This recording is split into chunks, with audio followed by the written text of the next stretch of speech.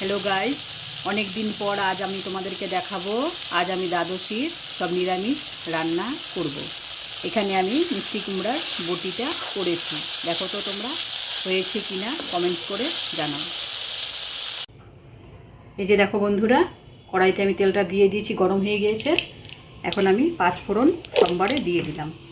পটল ভাজি খেতে ভালো না লাগলে অনেক সময় আমি এরকম করে পটল টুকরো টুকরো করে কেটে নিই। এই যে আমি আজকে যেহেতু দ্বাদশী তাই সন্দুক লবণটা ইউজ করছি। সরষে গুঁড়ে, তারপর তোমার সন্দুক লবণ, হলুদ এগুলো দিয়ে চচ্চড়ি করে খাই। যেরকম করে একটু তেলটা বেশি করে দিলে খুব ভালো লাগে নিরামিষ আইটেম। এখানে সর্ষে আর পোস্তটাকে আমি গুলিয়ে নিয়েছি, এটা আমি ঢেলে দিচ্ছি। পরে একটু এই যে নাড়াচাড়া দিয়ে আমি নামিয়ে নেব। তোমরাও এরকম করে পটল ভাজির বদলে চচ্চড়ি করে খাবে, ভালো লাগবে।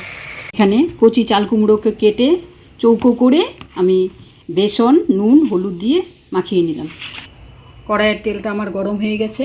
এখন আমি একটু একটু করে চাল কুমড়ো বড়া ভেজে নেব।